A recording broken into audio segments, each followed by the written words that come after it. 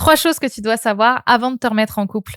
Hello, hello, j'espère que tu vas bien, que tu es en forme, que la vie est belle pour toi. Je suis ravie de te retrouver dans cette vidéo où on va parler aujourd'hui de nouveaux couples, de nouvelles relations et je vais te partager 3 savoirs, 3 connaissances, 3 enseignements qui, à mes yeux, sont primordiaux pour te mettre en couple avec une personne qui t'épanouira, avec qui il y aura une suite qui sera différente de celle peut-être de tes anciennes relations qui apparemment n'ont pas abouti. Donc je vais vous partager ces 3 enseignements et j'ai super hâte d'avoir vos retours dessus. Donc la première chose que j'ai envie de te partager, c'est que peut-être que si tes couples n'ont pas marché, bah, peut-être qu'il y a quelque chose dans le processus justement à transformer. Je pense que le psyché, enfin je pense d'ailleurs, c'est pas je pense, c'est on le sait, le psyché ne connaît pas le temps.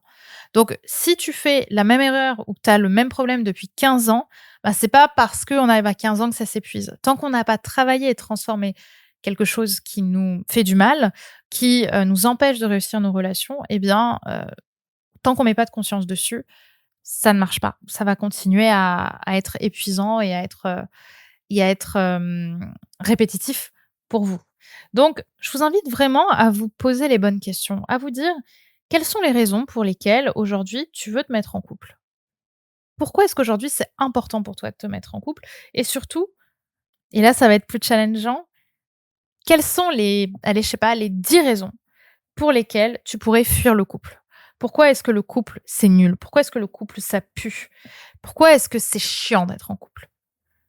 Parce que dans beaucoup de relations et beaucoup de séduction, en fait, on va aller vers des personnes qui ne vont pas du tout, nous convenir dans le temps, mais qui vont complètement, hem, nourrir le fantasme du couple qu'on imagine, le fantasme idéal, parce que on ne veut absolument pas voir l'angle mort de notre esprit sur: «Je ne veux pas être en couple». Parce qu'être en couple, c'est faire des concessions, parce qu'être en couple, c'est la plus petite communauté qui existe, parce que ça demande du temps, parce que ça demande à être vulnérable et ça me fait peur.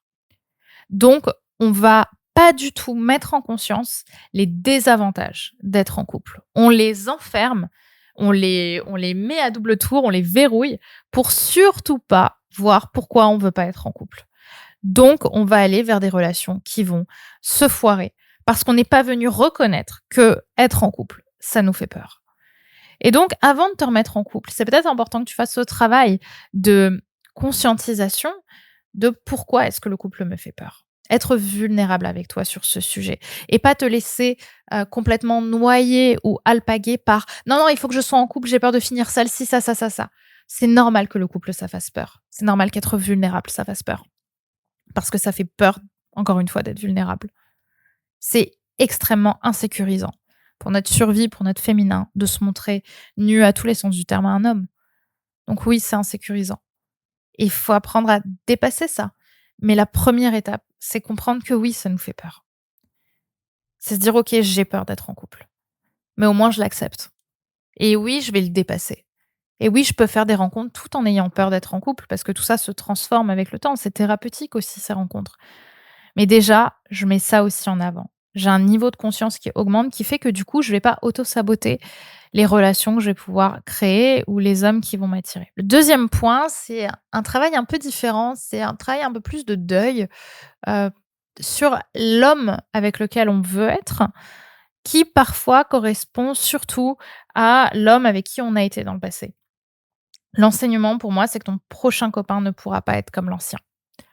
En fait, beaucoup de femmes, justement s'imaginent, que, c'est juste des redites en fait, que c'est des réécritures d'une même histoire, avec les relations enfin les relations amoureuses et comme je l'ai dit, quand on reste avec la même personne pendant, un temps, qu'on a eu un trauma et que ou même d'ailleurs sans avoir été en relation, que ça crée ce trauma sur: «Je mérite pas d'être en couple, le couple ça me fait peur, la vulnérabilité ça me fait peur» et cetera. On va réitérer un même schéma et je pense que justement, c'est en sortant d'un schéma qui ne fonctionne pas, qu'on va attirer l'amour. Et souvent, ce schéma, il est aussi, en lien avec le type d'homme, justement, qui nous attire. Ce fameux type d'homme qui est peut-être le même que ton ancien compagnon ou ton ancien crush. d'avoir des hommes qui se projettent très vite, d'avoir des hommes qui sont en couple, d'avoir des hommes qui sont indisposés à être en couple, et cetera. Des hommes qui parfois te disent noir sur blanc qu'ils veulent pas être en couple, mais tu continues, tu vois? Parce que ça vient stimuler quelque chose chez toi, parce qu'ils continuent de te répondre, donc tu crois à l'histoire que tu te racontes. Je pense honnêtement aujourd'hui que la bonne relation pour nous sera forcément différente de la plupart des petits crushs qu'on a eus dans notre vie. Parce que cette personne, justement, elle sera sécurisante là où les autres ne l'ont pas été. OK? On n'est pas dans un film Netflix, on n'est pas sur une série hollywoodienne, on n'est pas chez Disney ou ailleurs. On est dans la vraie vie et dans la vraie vie, ce scénario idéal, il n'existe pas. C'est quelque chose, l'amour, qui se construit dans le temps et pas dans l'histoire qu'on se raconte. Ça se construit dans le réel. Et c'est là-dessus que je vous inviterais vraiment à vous interroger sur est-ce que quelque part, les mecs que j'ai eus dans ma vie n'étaient pas une réécriture des anciens que j'ai connus? Tout simplement. OK? Donc, voilà un point sur lequel je voulais, revenir, un point un peu plus rapide mais nécessaire. OK? On n'est pas là pour faire des réécritures des autres, mecs qu'on a eus dans nos vies. On est là pour aller vers quelque chose justement de plus sécurisant. De quoi tu as besoin et finalement de peut-être savoir mettre son ego un petit peu en silencieux pour, se rapprocher de ça. Et enfin, le troisième point, la troisième chose, le troisième enseignement, c'est que pour moi, la seule personne pour laquelle tu as un livre ouvert, c'est toi. Et ça, j'aimerais le mettre en grande banderole parce qu'il y a tellement de femmes malheureusement, heu, qui ne le comprennent pas. Qui, en fait, à travers les relations, à travers les nouvelles relations qu'elles ont l'impression que l'autre sait déjà tout de toi parce que tu es tellement simple à comprendre, parce que pour toi, c'est tellement logique qu'ils viennent te chercher à l'arrêt de bus ou qu'ils te raccompagnent chez toi ou qu'ils t'envoient un message avant de dormir. Pour toi, c'est tellement normal que s'il le fait pas, l'autre est forcément contre toi. Et toi, du coup, tu deviens contre lui parce qu'il l'a pas fait. Donc, tu peux pas attendre des hommes qui comprennent, qu'ils aient ce niveau de conscience sur toi, de ce livre ouvert sur toi, parce que c'est pas le cas. OK? C'est quelque chose qui s'apprend par le fait aussi d'exprimer qui on est, d'exprimer ce qu'on veut pas, ce qui est important pour nous, ce qui l'est pas, mais c'est pas forcément quelque chose qui se fait tout de suite dès le début de la séduction. C'est quelque chose aussi qui s'apprend dans le temps, tout en acceptant et c'est peut-être ça le plus difficile, que c'est pas parce que l'autre ne fait pas ce que l'on veut, voire même que ça nous insécurise complètement, qu'il est contre nous. Souvent, c'est pas le cas. C'est juste qu'il a pas ton manuel, c'est juste que lui a le sien et que dans le sien, ben, peut-être que le soir, tu as juste envie de dormir et qu'il a pas envie de te saouler ou alors que c'est pas important pour lui dans son niveau de valeur, dans ses degrés de valeur. Donc il y a aussi cette empathie, cette compréhension, heu, de l'autre parce que l'amour, ça passe aussi par ça. Souvent et c'est le problème en séduction, on est tellement dans le jeu, on est tellement sur soi, sur ce qu'on veut, sur une forme presque d'égoïsme, qu'on voit pas l'autre.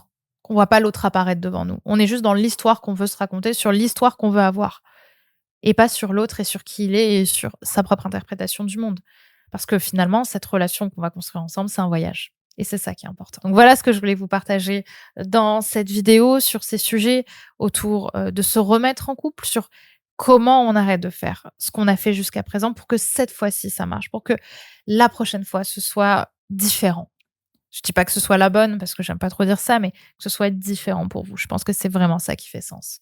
Donc voilà, ce que je voulais vous partager et vous dire que également le 5 novembre, je vous ai préparé une nouvelle soirée, une soirée qu'on va pouvoir passer ensemble, donc ce 5 novembre, sur le thème comment parler aux hommes, les 4 étapes pour les rendre fous amoureux.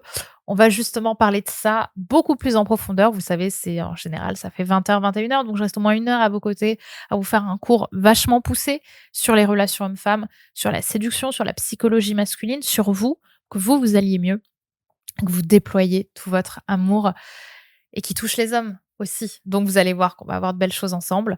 Et bah, écoutez, je vous souhaite de vous y inscrire. Le lien est en description et je vous retrouve le 5 novembre à 20h pour transformer encore plus votre vie amoureuse. Gros bisous.